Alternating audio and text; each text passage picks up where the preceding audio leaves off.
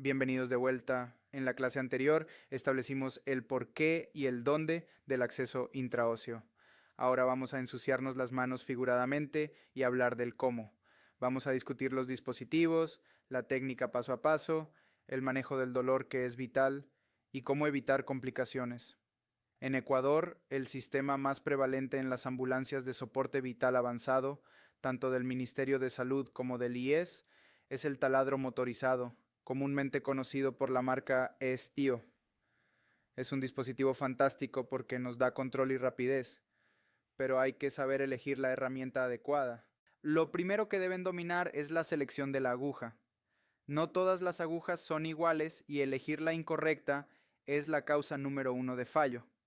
El sistema viene por código de colores, muy parecido a los catéteres venosos, pero con significados diferentes. Tenemos la aguja rosada de 15 milímetros, que es estrictamente para uso pediátrico en pacientes de 3 a 39 kilos. Luego tenemos la aguja azul de 25 milímetros, que es la estándar para la tibia en adultos de más de 40 kilos. Y finalmente, y esto es muy importante para nuestra realidad local, tenemos la aguja amarilla de 45 milímetros. Quiero hacer énfasis aquí. En Ecuador, los índices de sobrepeso y obesidad van en aumento. Si tienen un paciente con mucho tejido adiposo en la pierna, o si van a usar la vía humeral donde hay que atravesar el músculo deltoides, la aguja azul se va a quedar corta, no va a llegar a la médula. Por eso, siempre que vayan al húmero en un adulto, o si ven que el paciente tiene una pierna gruesa, usen la aguja amarilla sin dudarlo. Es obligatorio usar la amarilla en húmero proximal de adultos. Ahora visualicemos el procedimiento. Tienen su equipo de bioseguridad puesto, guantes, gafas y mascarilla, porque va a haber sangre y fluidos. Limpian la zona con clorexidina o alcohol. Toman el taladro y acoplan la aguja magnéticamente. Aquí viene un error común. Muchos estudiantes activan el taladro antes de tocar la piel. No lo hagan. Primero, atraviesen la piel con la aguja apagada hasta que la punta toque el hueso. En ese momento, deben detenerse y mirar. Tienen que ver al menos una línea negra de la aguja que marca 5 milímetros sobresaliendo de la piel. Si la aguja se hunde completamente en la piel antes de tocar el hueso, significa que es demasiado corta. Tienen que sacarla y cambiar a una más larga. Una vez que confirmaron que la aguja es del tamaño correcto y están tocando hueso, ahí sí, aprietan el gatillo. Mantengan el taladro a 90 grados y apliquen una presión suave y constante. No empujen con fuerza bruta. Dejen que el motor haga el trabajo y corte el hueso. De repente van a sentir una pérdida de resistencia, como un plop o un pop. Esa sensación es inconfundible. Significa que han atravesado la corteza dura y han entrado en la médula blanda. Suelten el gatillo inmediatamente. Si siguen taladrando, van a atravesar el otro lado del hueso, lo que llamamos transficción, y van a causar una extravasación. Retiran el taladro, desenroscan el estilete interno y listo. El catéter está puesto. ¿Cómo sabemos que estamos en el lugar correcto? Hay tres formas. La primera es la aspiración. Conectan una jeringa y aspiran. Si ven sangre espesa con partículas óseas, felicidades, están en médula.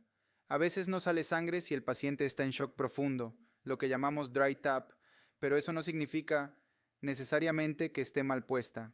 La segunda prueba es la estabilidad. La aguja debe quedar separada sola a 90 grados. Si baila o se cae hacia los lados, es que no está bien anclada en el hueso. Y la tercera, y más importante, es el flujo.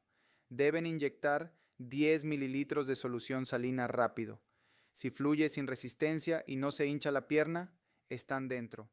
Aquí entramos en un tema ético y clínico fundamental, el dolor. Si el paciente está en paro cardíaco o inconsciente, no hay problema, proceden con la reanimación. Pero si el paciente está consciente, por ejemplo, un diabético descompensado o un trauma que aún habla, la infusión de líquidos dentro del hueso duele, y duele muchísimo. Es un dolor visceral severo por la presión dentro de la cavidad medular. Es su responsabilidad ética manejar ese dolor antes de pasar volumen. Para esto usamos lidocaína al 2% sin epinefrina y sin conservantes. El protocolo es estricto. Inyectan 40 miligramos, que son 2 mililitros, pero deben hacerlo muy lentamente, durante 2 minutos. Luego dejan que el medicamento actúe 1 minuto dentro del hueso antes de pasar el suero. Esto adormece los receptores de dolor internos y convierte una experiencia traumática en un procedimiento tolerable. No olviden esto: lidocaína previa en paciente consciente. Una vez establecida la vía, pueden pasar cualquier fármaco que usarían en una vena: adrenalina, morfina, antibióticos, sangre. Pero recuerden lo que mencionamos en la clase anterior: la resistencia ósea. Si cuelgan el suero por gravedad, va a gotear muy lento. Si necesitan reanimar a un paciente chocado, deben usar una bolsa de presión inflada a 300 milímetros de mercurio para forzar la entrada del líquido. Y cada vez que pasen un medicamento, como la adrenalina en un paro, deben empujarlo con un bolo de 20 mililitros de solución salina para asegurarse de que salga del hueso y entre a la circulación. Hablemos de las complicaciones porque, aunque son raras, son graves. La más temida es el síndrome compartimental. Esto pasa si el líquido se sale del hueso y empieza a llenar los músculos de la pierna. La pierna se pone dura como una piedra, la piel se pone brillante y tensa, y el paciente puede perder la extremidad por necrosis. Para evitar esto, deben tocar frecuentemente la pantorrilla o el brazo alrededor del sitio de inserción. Si notan hinchazón, detengan la infusión inmediatamente. También existe el riesgo de osteomielitis, por eso la asepsia es clave y la vía no debe dejarse más de 24 horas. Finalmente, su trabajo no termina cuando dejan al paciente en el hospital. La documentación es su respaldo legal. En el formulario 002 del MSP deben escribir claramente por qué usaron la vía intraósea. Por ejemplo, fallo de vía periférica por 2 ocasiones en paciente con shock. Deben anotar la hora de inserción, qué aguja usaron, por ejemplo, aguja azul, y si administraron lidocaína. Y al entregar al paciente al médico de emergencia, deben decirle verbalmente y mostrarle dónde está la vía. A veces, con las sábanas y el caos, la vía intraósea pasa desapercibida y puede ser arrancada accidentalmente al pasar al paciente a la cama del hospital. En conclusión, compañeros, el acceso intraóseo es una herramienta poderosa que salva vidas en nuestras carreteras y ciudades. Requiere decisión, conocimiento anatómico y respeto por la técnica. Practiquen en los maniquíes, familiarícense con el taladro y, cuando llegue el momento real, confíen en su entrenamiento. Ustedes son la diferencia entre un paciente que recibe su medicación en el primer minuto y uno que fallece esperando una vena que nunca apareció. Muchas gracias.